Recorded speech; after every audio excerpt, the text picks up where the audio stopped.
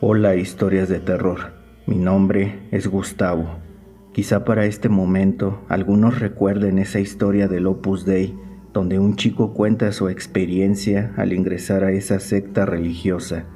En ella relata la manera en que fue engañado y sometido bajo el yugo de la organización más peligrosa en México. Les hablo de la obra de Dios. Bueno, pues en alguna parte de la historia menciona a un chico con el que hizo gran amistad dentro del culto, alguien de nombre Gustavo. Pues yo soy ese chico, y al toparme con la historia en este canal, me dieron ganas de contar mi versión también. Vivía con mi papá en la colonia Independencia en Monterrey. Él era una persona muy religiosa. Se volvió de esa forma luego de la muerte de mamá, y al terminar la secundaria me pidió que me acercara más a la iglesia por recomendación de un conocido suyo, quien pertenecía a esa organización desde entonces. Bueno, pues me acerqué a una congregación en mi colonia como voluntario para ser monaguillo. Todo iba muy bien. Con el tiempo, ellos se dieron cuenta de un talento que yo tenía, el dibujo. Me presentaron a la gente de la obra de Dios y comenzaron a llevarme a diferentes iglesias para hacer murales en ellas con temáticas religiosas. A mí me encantaba todo eso del graffiti, por eso accedí, sin imaginar que con ello le estaba abriendo las puertas de mi vida al Opus Dei. Al poco tiempo me hicieron sentir en deuda con ellos, pues supuestamente me apoyaban hasta en mis gustos, así que comenzaban a exigirme más tiempo.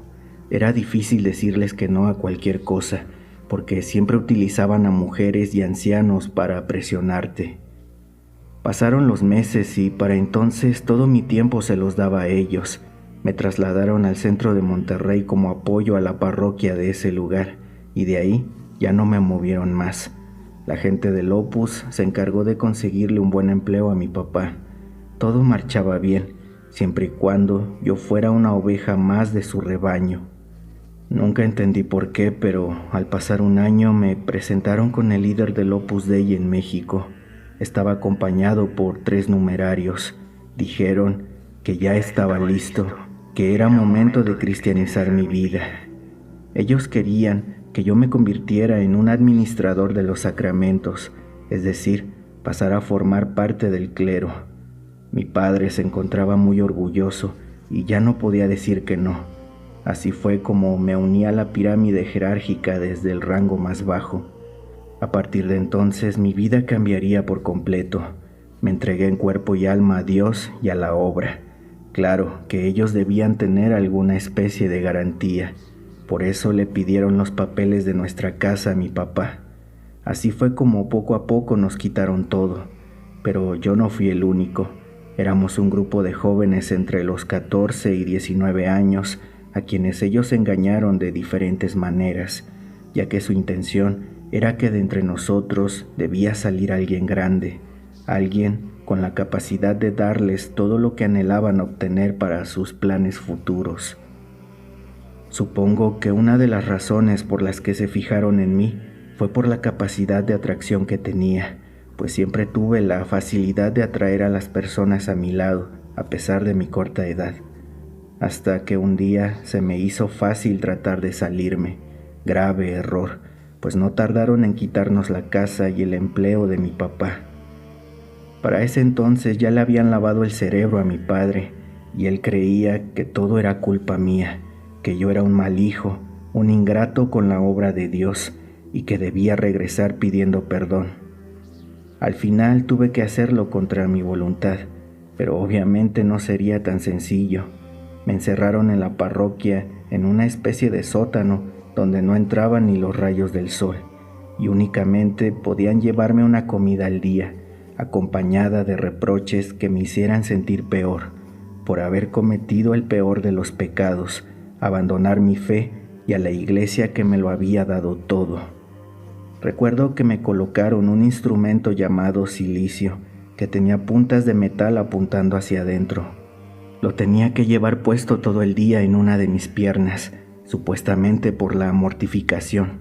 Además de eso, cada 3 días alguien de la congregación debía darme de azotes con algo llamado flagelo de la penitencia. Todo esto formaba parte de mi redención. Me hacían dormir en el suelo o bañarme con agua fría en las mañanas, y cuando al fin esa tortura se terminó, me aceptaron de vuelta, pues mi cuerpo maligno había sido disciplinado. El ascetismo religioso es una tradición piadosa para ellos, una forma de seguir al Señor, quien fue crucificado y sometido al peor dolor humano. Por eso tienen tantas formas de tortura, supuestamente para expiar los pecados y castigar con ello al cuerpo, pero no es más que un desprecio por los demás. Bueno, pasaron los años y me enviaron a una universidad especial afín al Opus Dei y a la Iglesia Católica. Ellos decidieron qué es lo que iba a estudiar, derecho. Así comencé un nuevo camino que me llevaría a otro sitio, y créanme, por un momento pensé que de verdad eran un grupo que buscaba mejorar la vida cristiana y cotidiana de sus miembros, pues mira que ayudarlos a convertirse en profesionistas no es algo que hiciera cualquiera así nada más, pero en realidad con ello te están comprando y estarás en deuda con la obra para siempre. Tu vida ahora les pertenece y pueden hacer contigo lo que quieran. Allí también me di cuenta de algo. Los hijos de miembros poderosos del Opus Dei eran llevados más o menos igual que nosotros. Sin embargo, al ser literalmente unos juniors, batallaban bastante con su actitud. Por esa razón, en ocasiones preferían depositar sus esperanzas en chicos como yo, es decir, alguien que no viniera de familia pudiente, pero que le vieran el suficiente potencial para sacarle algo. Pasó el tiempo y me ordenaron volver a la parroquia, donde rápidamente me hicieron parte del clero secular, siendo así obligado a prometer obediencia a mi señor obispo y vivir en celibato de ahora en adelante. Ahí fue cuando pude ver lo que esta secta hace para estrechar lazos con diferentes grupos de poder, con la única finalidad de hacer crecer sus ganancias y su alcance dentro de la sociedad. Durante ese tiempo conocí a diferentes personajes, sujetos que pertenecían a la obra de Dios o que simplemente eran cercanos a la gente del Opus, pero todos con una cosa en común, la ambición del poder. La Iglesia Católica sabe perfectamente lo que hace esta organización, pero prefieren hacerse de la vista gorda, siempre y cuando les toque su parte. Llegué a ver a varios supuestos enviados del Vaticano sosteniendo reuniones con altos mandos y llevarse maletas cargando al finalizar el encuentro. Por supuesto que todo se hace de manera secreta y ocultándose como si fuesen delincuentes. Un día de pronto mi padre comenzó a sentir miedo por esa gente. Decía haber visto cosas que le generaban muchas dudas, pero no me las contaba. Solo me aconsejó que me anduviera con cuidado y en el momento en que viera algo peligroso se lo dijera a él de inmediato. Pasaron algunos meses y de repente me pidieron ayuda para ir como apoyo a una parroquia que tenían en Saltillo, Coahuila. Solo serían unos días, en lo que cubrían algunos puestos que se necesitaban para ese lugar. Me desearon suerte, in eternum, y con esa frase tan característica del Opus Dei me fui para Coahuila. Mi estancia en aquella iglesia se alargó un poco, pero todo parecía normal, hasta el momento en que regresé a Monterrey.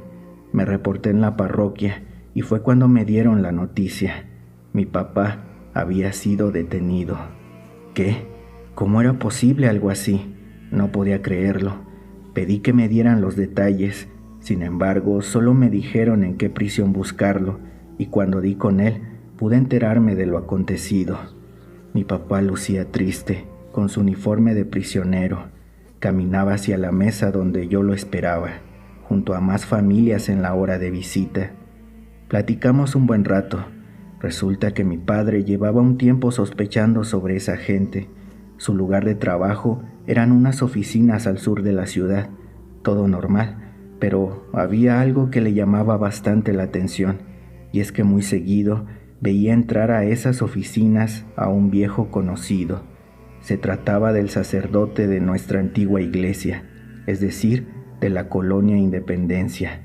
Obviamente que ese hombre no se acordaba de mi padre, pues nunca le puso atención. pero seguido de entraban más hombres de un corte similar al del sacerdote y se encerraban en la oficina del gerente de la empresa, quien era un miembro conocido del Opus Dei. En ocasiones los veía salir, pero en otras tantas se quedaban ahí encerrados hasta después de la hora de salida. Comenzó a prestar más atención sin caer en conjeturas. Sin embargo, un día tuvo que quedarse hasta tarde para resolver algunos pendientes. Ya no había nadie, más que el personal de seguridad, que en su mayoría estaban por fuera de las instalaciones. Entonces empezó a escuchar voces por los pasillos. Se asomó bajando la persiana y fue cuando vio a un grupo de hombres tambaleándose de un lado a otro al ir caminando por el pasillo. Claramente se encontraban ebrios. Mientras los observaba cómo se dirigían hacia los baños, rápidamente tomó sus cosas y salió de allí a toda prisa. Sin embargo, para poder hacerlo, debía pasar frente a la oficina del gerente. Fue cuando se dio cuenta de que la habían dejado abierta. Trató de pasar desapercibido, pero justo en el momento de cruzar frente a la puerta, miró que adentro estaban unas mujeres desnudas sobre el escritorio y otras en el suelo. Pero eso no fue lo peor, pues más adelante se encontró a una niña de no más de 18 años tratando de encontrar la salida. La vio bastante mal, incluso dice que temblaba. Aquella joven al verlo gritó, y en eso unos hombres llegaron cuestionando y culpando a mi padre. Pidieron ayuda por radio a la gente de seguridad, para después meter a la chica a una de las oficinas, quien claramente no quería que ellos la tocaran. Fue algo muy extraño. Era como si esa pobre jovencita les tuviera miedo por alguna razón. Cuando llegaron los de seguridad, entre todos le echaron un montón a mi papá. Llamaron a una patrulla que se quedaba por fuera en la avenida para vigilar la zona y se lo llevaron detenido. Lo acusaban de haberse metido a robar. Mi papá les decía a los policías que él era un empleado del lugar y que fueran a ver a la oficina del gerente lo que pasaba ahí, pero nadie le hizo caso. También les habló sobre aquella jovencita solo para volver a ser ignorado. Era más que obvio lo que estaba pasando. No lo diré textualmente para evitar incomodar a tu audiencia, pero creo que todos nos imaginamos lo mismo. Bueno, luego de eso en la parroquia hablaron conmigo. Dijeron que me ayudarían a sacar a mi padre de prisión, pero que debía ser paciente. No soy ningún tonto. Sabía que fueron ellos quienes con mentiras encarcelaron a mi padre, porque los descubrió haciendo sus porquerías. Así que no me quedó de otra más que fingir aceptar su ayuda y seguir siendo fiel al Opus Dei. Así pasó el tiempo hasta que conocí a aquel chico. No hace falta agregar más, pues todo fue tal como lo contó él. Nuestros destinos se cruzaron y gracias a eso pudimos encontrar una forma para escapar. Desde entonces me puse a investigar más sobre este tipo de sectas para ayudar a las personas a no caer en sus redes, hablándoles desde mi propia experiencia. Actualmente formo parte de un colectivo dedicado a informar más a la población sobre cultos religiosos que pueden llegar a ser peligrosos para la vida social, espiritual y económica de sus miembros. Confieso que me dio mucho gusto escuchar que mi ex amigo se encontraba bien. Yo también lo estoy, pues tengo una familia hermosa ahora, y junto a mi papá, creo que hemos dejado atrás ese horrible capítulo de nuestras vidas. Les agradezco infinitamente Historias de Terror, el espacio que nos brindan para hacer escuchar nuestra voz. Les deseo mucha suerte. Y a mi viejo amigo, si es que me escucha, como seguramente lo hará, le mando un fuerte abrazo y te lo repito, amigo, ya lo ves, todo salió bien al final. Muchas gracias.